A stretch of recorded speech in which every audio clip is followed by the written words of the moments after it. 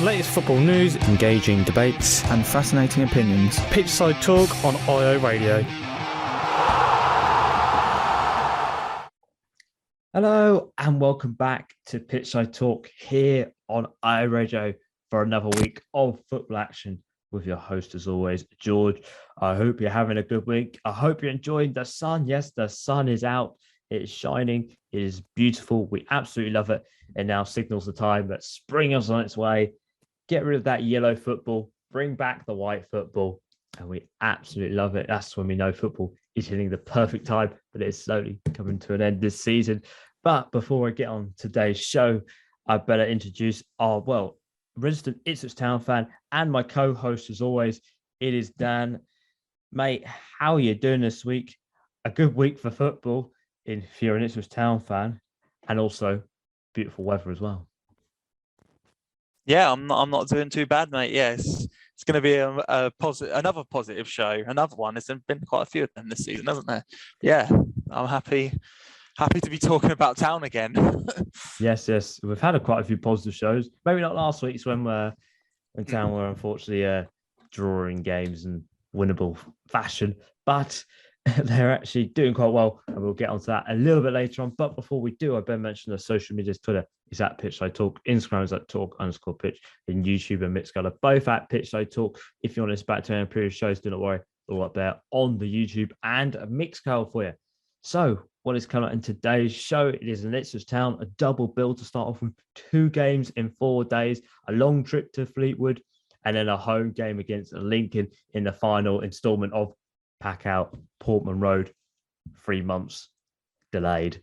The Premier League as well was back for another thrilling game week as we saw a big derby, a top 4 change, and the relegation battle just getting a little bit more tense day by day, minute by minute. And we had the Champions League last 16 as well. The second legs, the first 4 second legs were played this weekend. We'll find out the first 4 teams that are in the pot for the quarterfinal draw soon. I can't think when the quarterfinal draw is, but it is coming soon. So when we come back, we'll be talking about Ipswich Town and what happened in another double bill. Don't go anywhere. Stay up to date with the latest footy news. Pitchside Talk on IO Radio.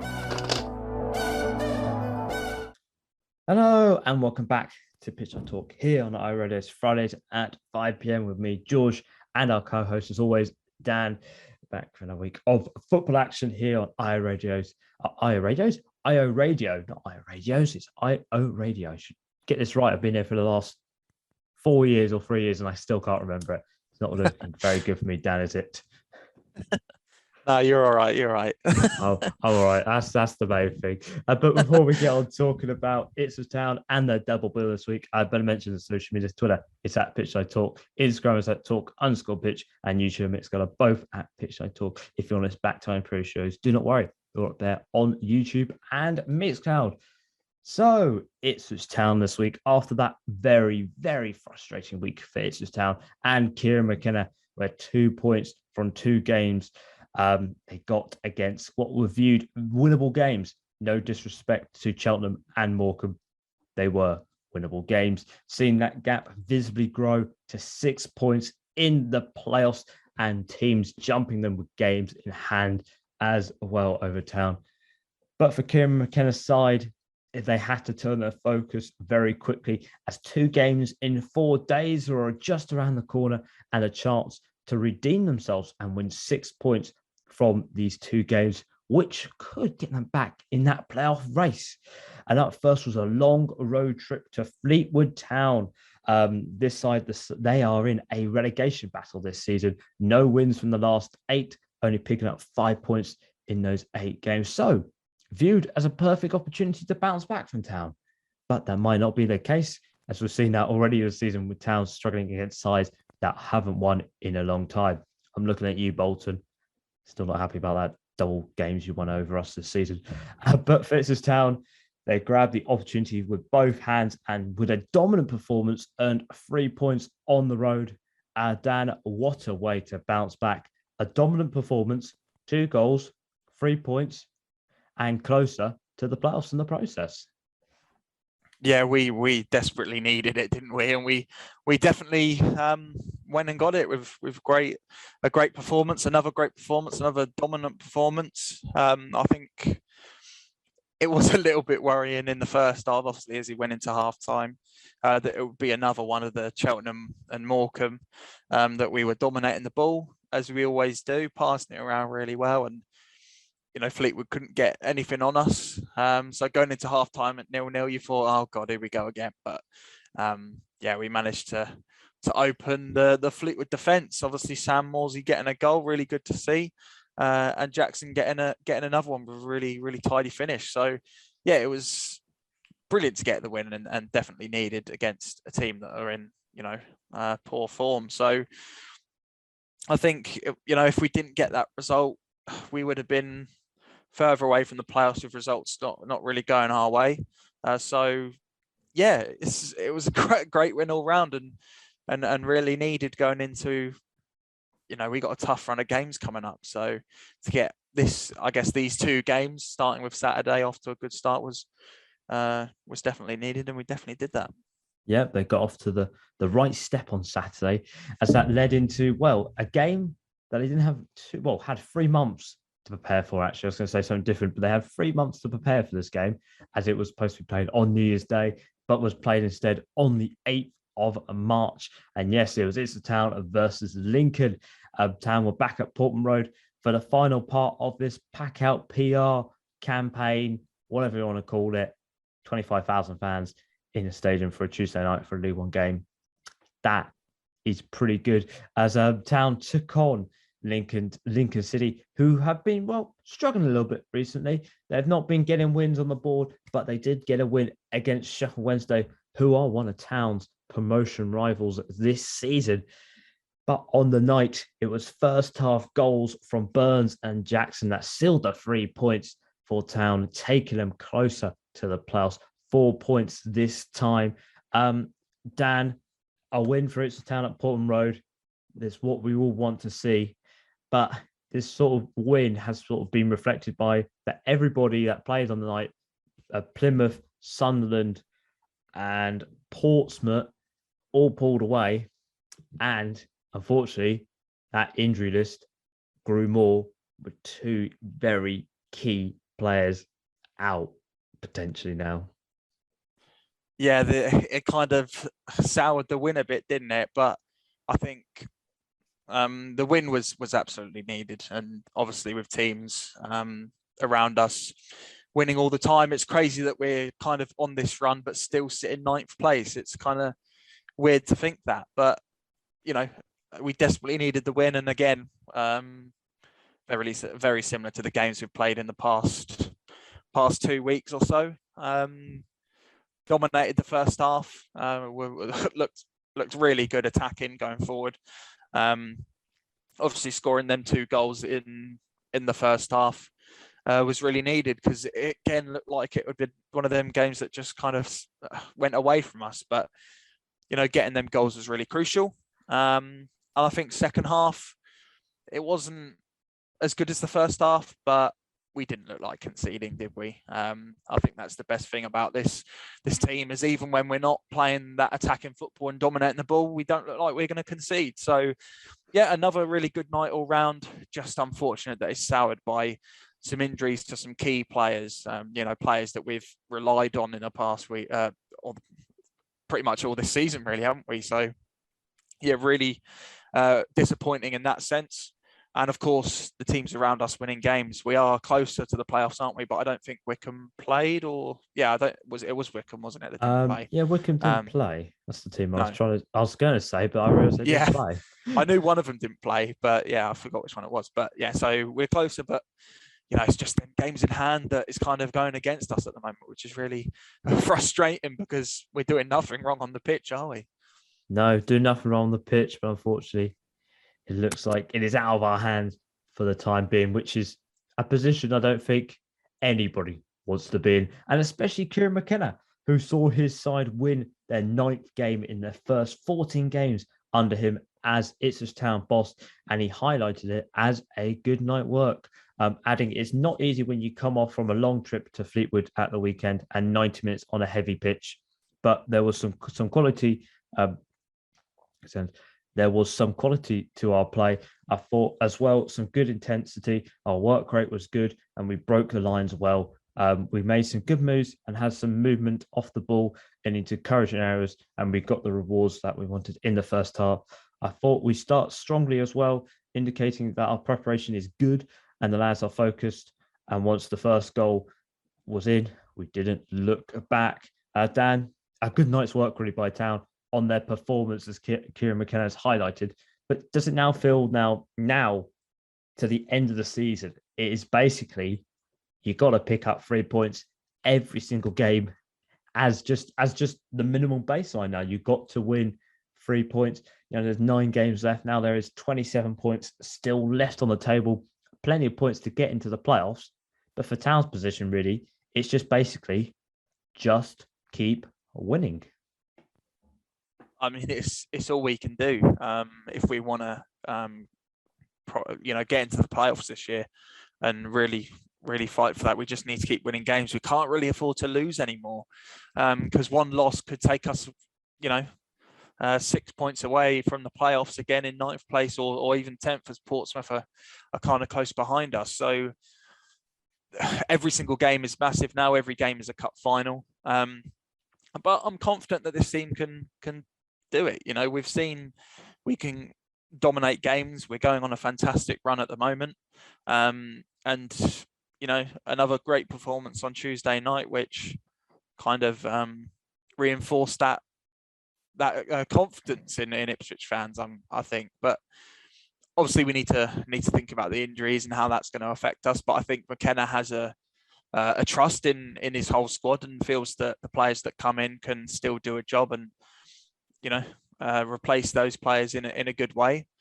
So we've got to trust him on that sense as well. But it's crunch time every game now. We can't afford to drop points. We need to just keep playing as we're playing, because I feel like if we just keep performing how we are, we can beat any team in this league. So I'm still confident, and let's see how it goes. I'm not going to be too upset or disappointed if we don't make the playoffs this year, because we've had a really good go at it. We're sitting in 9th place, 3 points off the playoffs. Who would have thought that we'd be that close? When Paul Cook, just before Paul Cook was sacked, it just wasn't on the cards. So yeah, I'm not going to be too disappointed. I think it's been a really successful first half of the season for McKenna. And let's just see how it goes, because you never know what can happen.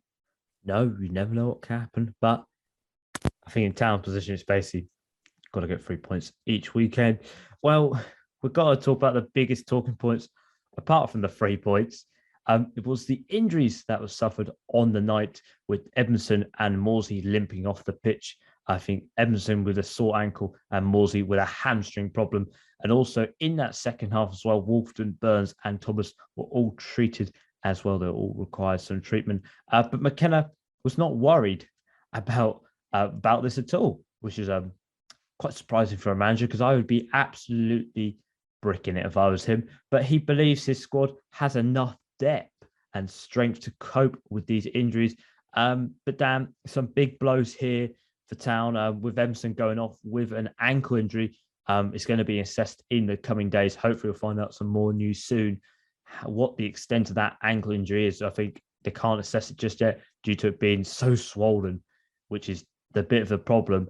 But McKenna did sort of confirm as well that Sam Morsey has done his hamstring again. So that's going to be at least a month out on the sidelines. But with these 3 big games coming up, all against sides that are fighting for the playoffs, we've got Portsmouth, Oxford away, and Plymouth at home. Could these injuries potentially hamper Ipswich in the long run? And also with these games here where 3 points is going to be crucial, because if they get 3 points off these sides, who are all fighting for the same cause, it's going to elevate Town. But with these 2 key players out, is that going to cause more problems? Or is that going to cause a load of problems that are not going to be expected? I mean, you hope not, but they're 2 such influential players on our squad that it's hard to say that it's not going to have any effect, because I'm sure it is.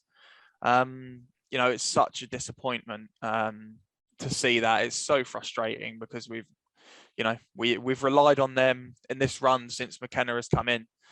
So to see them hobble off the pitch is really frustrating, and it's just typical, really. We've been so many years before this with so many injury problems. This year hasn't been as bad as like the 5 years before it, but yeah, just when it gets to crunch time, it has to happen. It's really disappointing, and hopefully they can get back to fitness as quick as possible. But it could have an effect on the squad. Hopefully not in a bad way.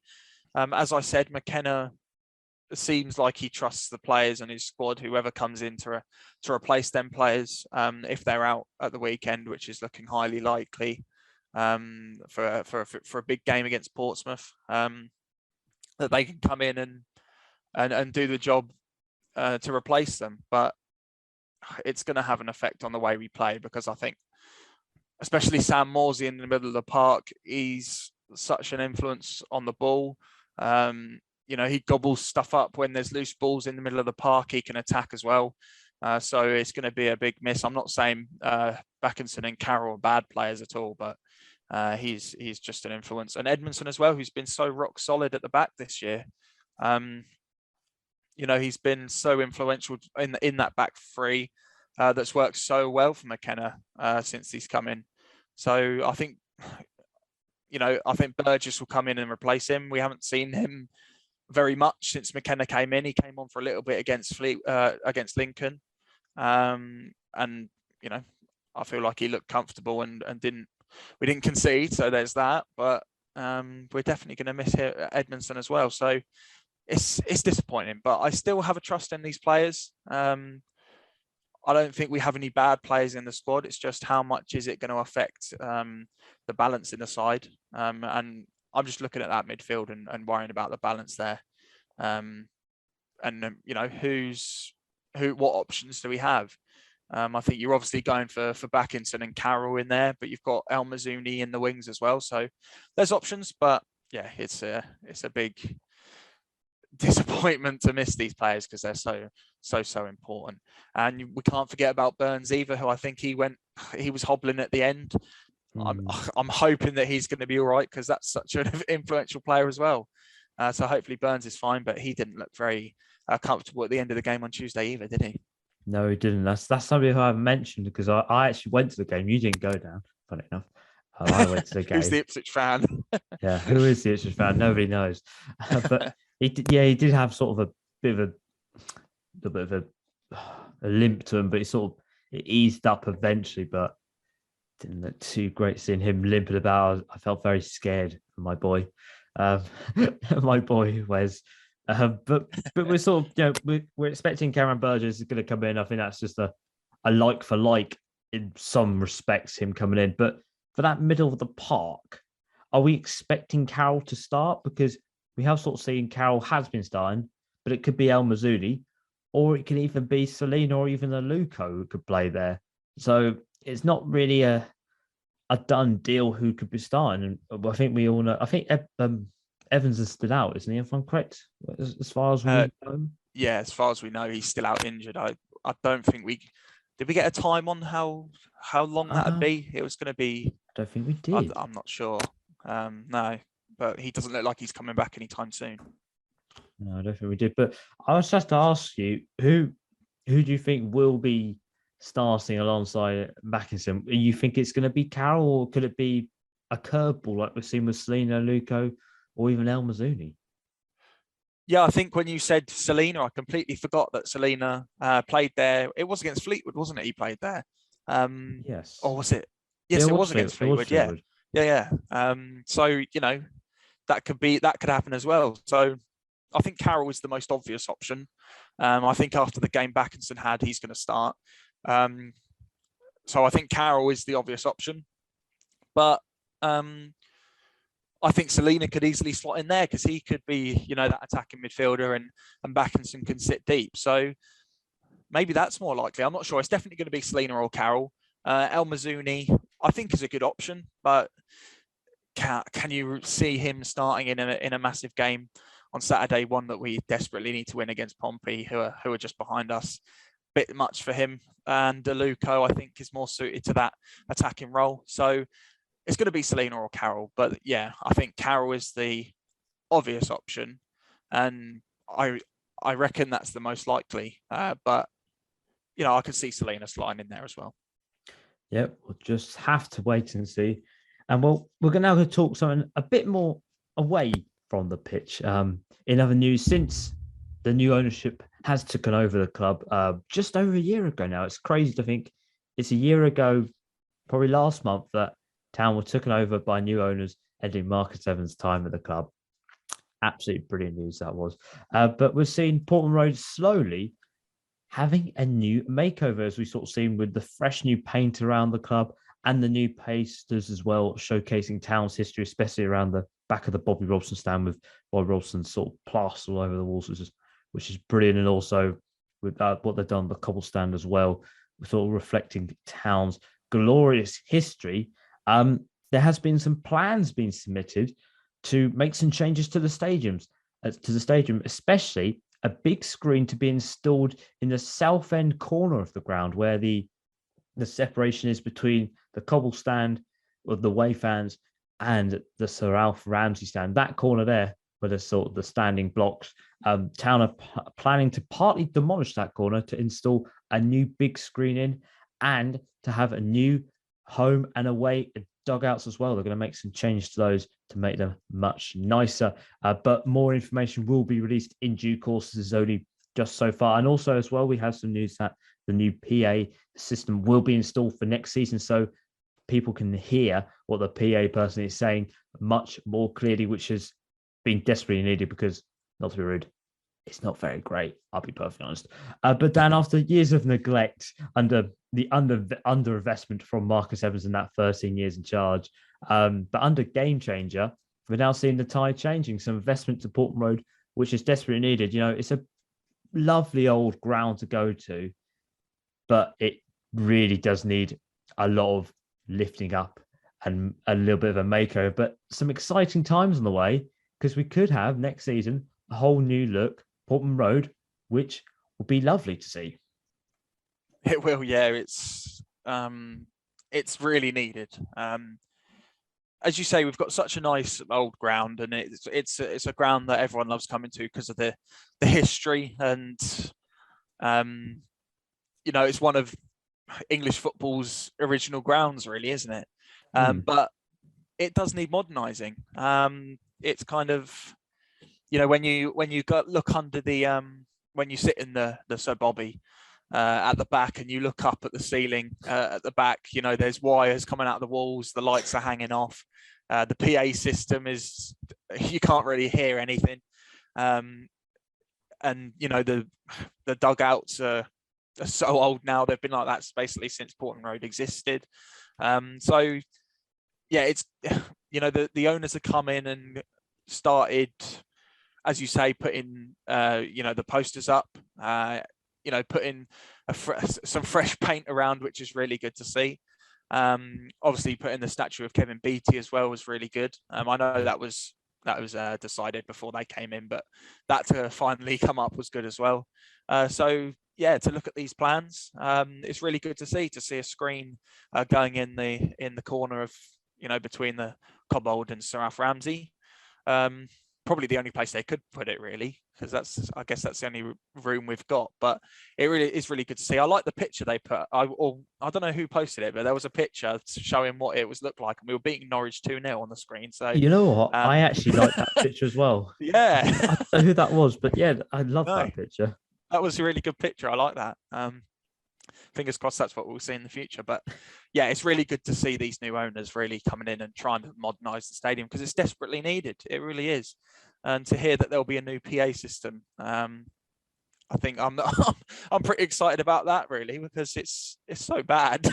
It really is. It is bad at Portman Road. I hate to say it, obviously, because it's Town, but yeah, it's needed, and I guess it adds to the exciting times, doesn't it? It adds to the enthusiasm, and what these new owners want to do with the club. And as you say, it's been a year since these new owners taken over. I can't believe it's been a year already. It's been a hell of a year. a year of positives, some negatives as well. But it's all looking up, and this adds to that. I really do think that. So yeah, it's all good news. Yes, all good news around Portman Road. And well, we better look to Saturday's game against Portsmouth Town. They are back at home for another crucial game in the race for the playoffs this season, as Kieran McKenna's side can go closer to those playoff places and make it 3 wins in a row for the first time this season, something that he's been very close to on a number of occasions. But Portsmouth, they are in town, who have been flying recently since losing to Oxford back in February. They've picked up 19 points from the last 7 games, 6 wins in the last 7 as well. And they're only 2 points off Town. And I think, if I'm correct, they have 2 games in hand. Dan, this is a massive game once again for both sides. Both sides here. Town, if they get a win here, they'll be closer to those playoffs. They've got to just keep winning. But it's the same really for Portsmouth. They're both in the same boat. So let's the battle commence, shall we? Yeah, exactly that. I mean, it's two of the most informed teams in the league coming up against each other. So you look at it and think it's going to be a good game. Obviously, it's now a game that is absolutely huge for us, and it's one of them crunch time games at Portman Road, which we haven't been good in the past 5 years, have we? It's kind of been the games that we desperately need to win that we don't get anything from. But it feels different this time. It really does. I don't feel scared going into it as I usually would, which is kind of a strange feeling. So I'm confident. It's obviously going to be a really tough game. Pompey they had a poor start to the season, but are looking really good at the moment. Won their last 6, did you say? Last 6 out of the last 7 games. Yeah, so what a run of results there going on. So fingers crossed it'll be a good game. We really need to win it to keep that push on for the playoffs.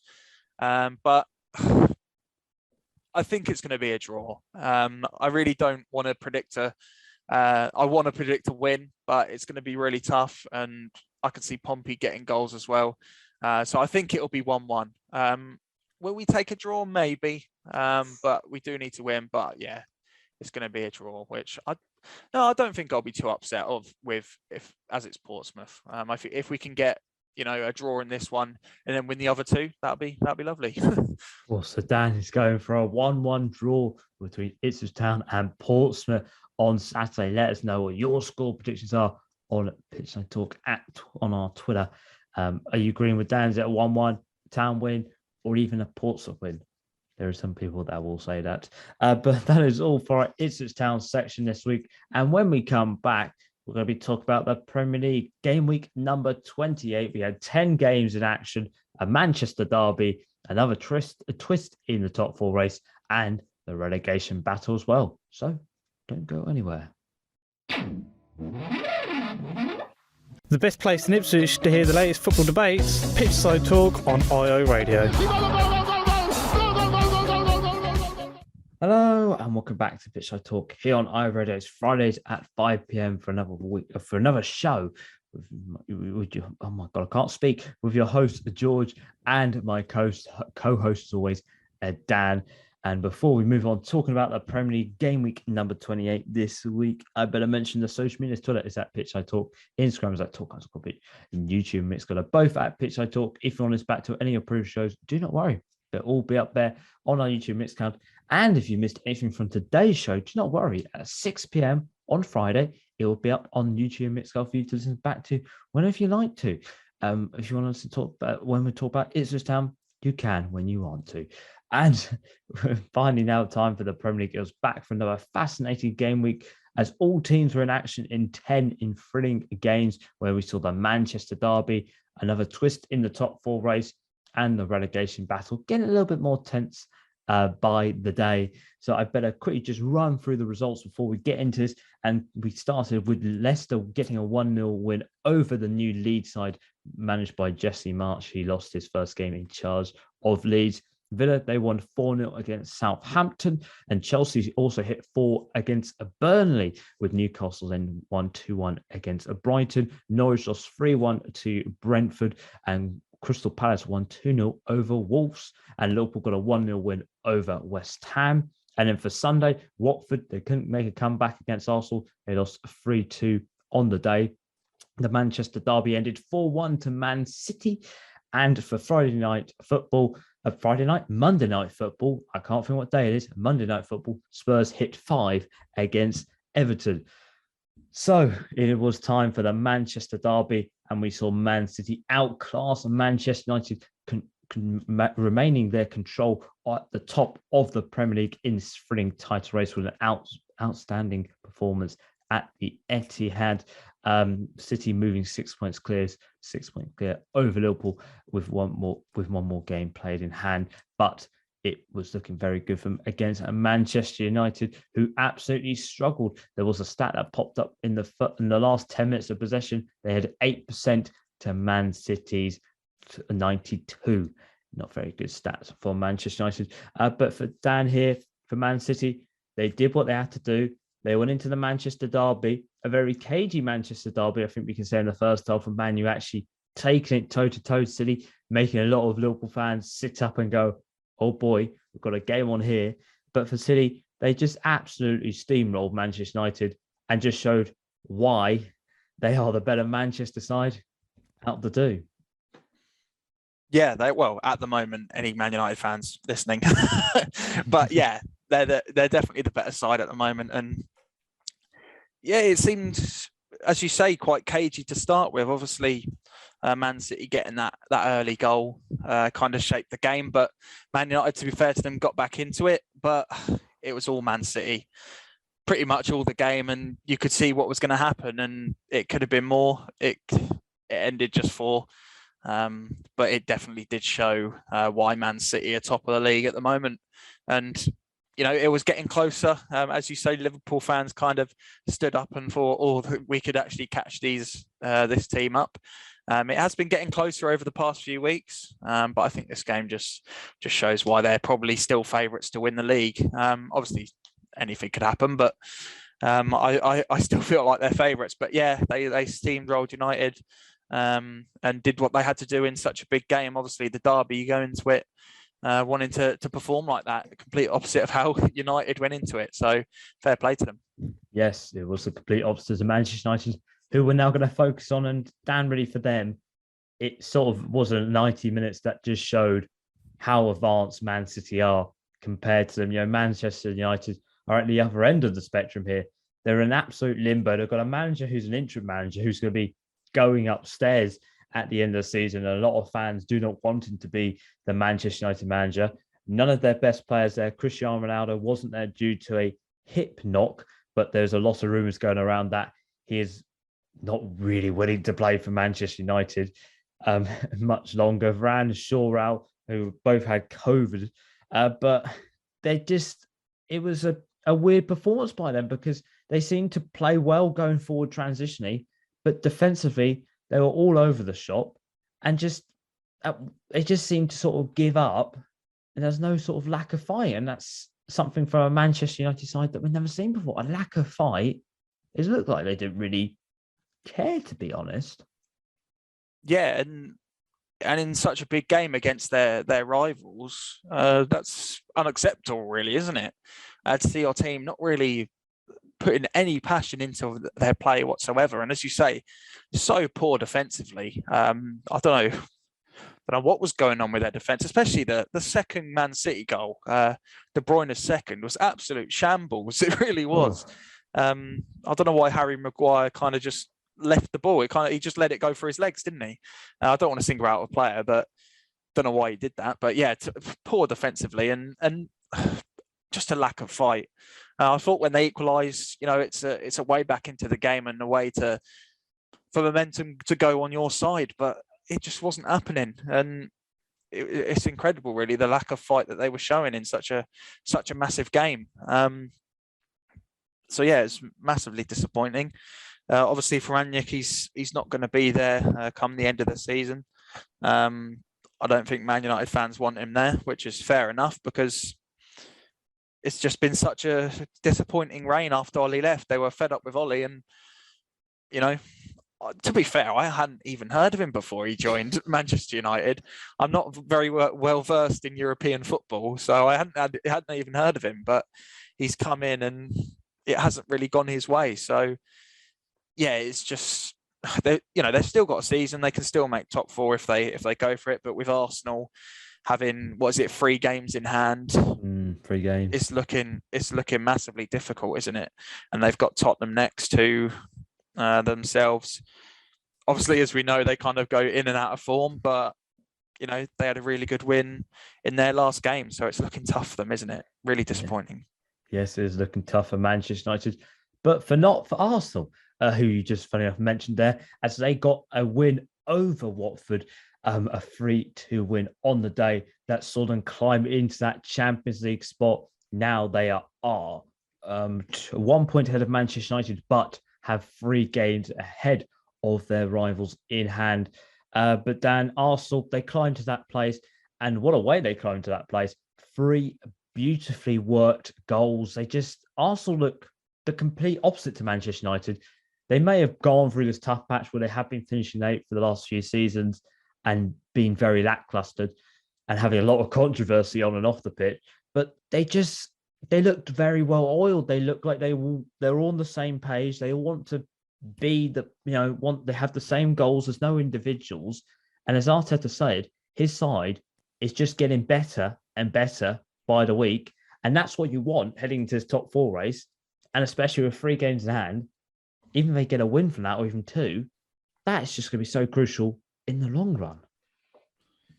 It is, yeah. And they definitely look favourites for that final top 4 spot. And yeah, Arteta has got them playing football again, which I don't think we thought that Arteta would last this long, because they've had so many problems in the last few years under Unai Emery as well. They've had so many problems. It's crazy to see that this team are being well oiled and playing as a team, as you say. It's good to see them kind of playing like that again, and a really good win against Watford. And that puts them in a prime position, doesn't it? And being 3 games in hand on Manchester United and West Ham, you'd say they're favourites. And with the way they're playing, I'm not sure who their fixtures are. They've got Leicester next, so at home. So you'd probably say that's a winnable game. Then they got a big game against Liverpool. So if they can win that Leicester game, that puts them in a great position. And I think Champions League football, they'll be happy with that this year after the few miserable seasons they've had before that. So fair play to them, and let's see how they do in the running. Yes, we'll have to see how they do in the running, and also in the running for the relegation battle. This week we had Norwich, Watford, and Burnley, and Everton, and Leicester, Leeds all play, and they had the chance all to move away from the relegation zone or even jump out of the relegation zone. But unfortunately, all the sides lost this weekend. Dan, it looks like these 5 here are going to be the main contenders for the relegation battle. We saw Brentford pull away. They're now 6 points clear of the relegation zone, getting ever so close away from that. I think we can sort of count them just out. Unless they lose, then they'll be in a spot of bother. But looking at how it's going at the moment, it's only going to take 1 win for any of these sides, or even just a hit of form. But does it feel like for all the teams this weekend, especially Watford, they nearly got back against Arsenal. Norwich had a winnable game. Everton were playing a side that in and out of form. Leeds have got the new manager bounce. Burnley, they were drawing 0-0 with Chelsea. Does it feel like it was a missed opportunity by all of these teams this week? Yeah, I think it was, and it was a bit of an anticlimax, wasn't it? Because you think that maybe one of them is going to pick up points and lift out of the bottom 3, but obviously all of them losing. It was definitely a missed opportunity for some of them. As you say, we'll go through them, and Norwich were up against Brentford, who you'd say that was a winnable game, but they didn't perform. Everton just had an absolutely awful time against Tottenham. But they stay out of it because of results around them. It's crazy to see Everton in this position in the first place.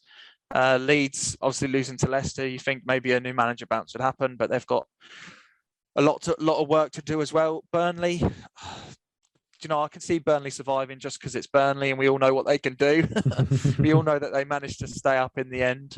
And for Watford as well, obviously against Arsenal, losing that one. So it's really interesting going into the end of the season, because it could be any of these teams, couldn't it? I think you'd say Norwich are probably down. I say that trying not to smile. But apart from that, it's all to play for. So, it's really exciting. I like when it's this close down the bottom of the Premier League to see who's going to be playing in the Championship next year. Obviously not exciting for the teams in it, but, it's the Premier League relegation battle and anything could happen. Yes, anything can happen in the Premier League relegation battle. And that is all for your Premier League roundup this week. We will be back next week where we'll probably see more twists and turns. And that's what we love about the Premier League. And when we come back, we'll be talking about the Champions League last 16 roundup. We had the second legs of the last 16 played. 2 more English sides. They're in the competition. And we'll see how they got on right after this.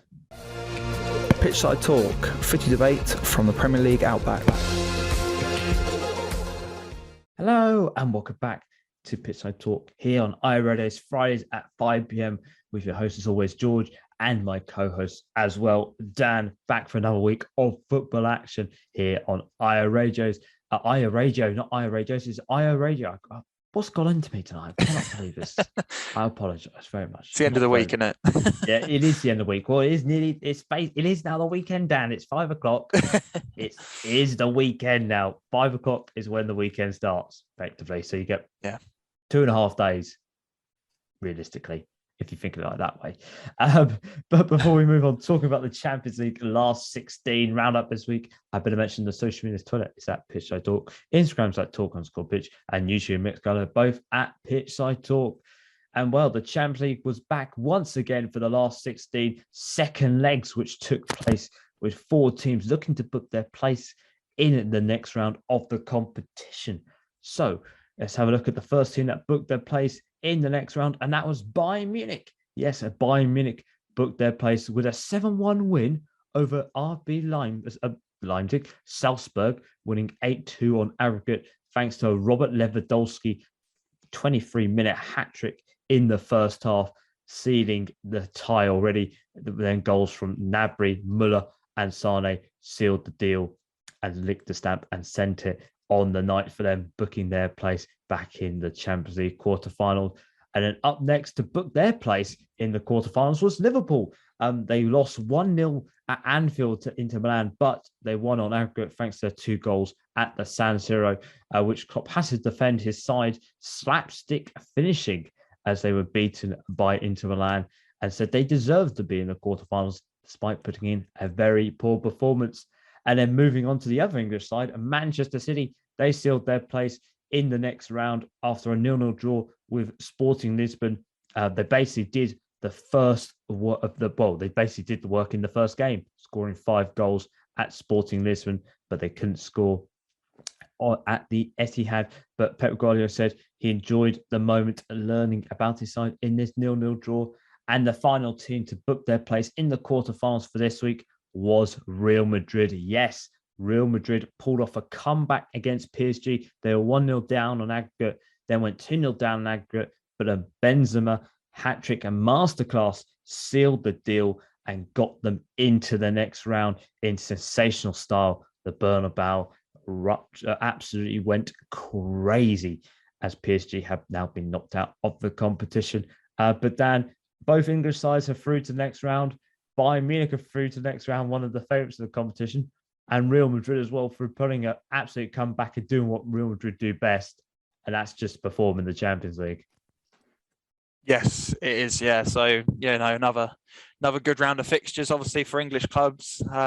Really good to see them go through. Liverpool made they were a bit nervy, weren't they? Going 1-0 down to Inter, but I think that red card it was pretty much after the goal, wasn't it? I think. Was it Sanchez? I'm pretty sure it was Sanchez. Yes. Yeah, Sanchez. I guess that helped them a little bit, but a little bit nervy, but they got through. And yeah, for Man City, they done it in the first round, didn't they? So it didn't really matter about this game. So good to see the English clubs go through. It's always good to see. And as I said last week, we want to, or whenever it was, we want an all English final again. That'd be lovely. That'd be absolutely lovely to see. And that is all what we've got time for this week's show on Pitch I Talk. The referee is about to blow his whistle for full time, and unfortunately, he hasn't given us any extra time. That's quite annoying. Once again, maybe we do need to have some injury time. Like Town, they had 8 minutes on Tuesday's game. Don't know where they got 8 minutes from. But Dan, thank you very much for joining me this week. Will I be seeing you next week as always, when we'll be talking about Ipswich Town, because I'll be playing against Portsmouth, Premier League, and we'll have the other fixtures in the Champions League as always to talk about. Yes, of course, I'll be here next week. Yeah, big Town game. So I look forward to talking about that and some big Champions League games, of course. Yes, big games all around. You can tell we're hitting the end, sort of hitting that end part now. The series, the season, games are now becoming crucial, and the big games are happening, which is what we love to see here in football. But I'd better thank you very much for listening to the show this week. Twitter's at Pitch I Talk, Instagram's at Talk_Pitch, YouTube and Mixcloud are both at Pitch I Talk. If you missed anything from today's show, do not worry. In a few minutes' time on YouTube and Mixcloud, this show will be up for you to listen back to whenever you want to listen live, whatever they call it. So yeah, I've been George this week. He's been Dan as always. We'll see you next week, and ciao. Yeah. The whistle has been blown for full time. Tune in next week for another jam-packed show.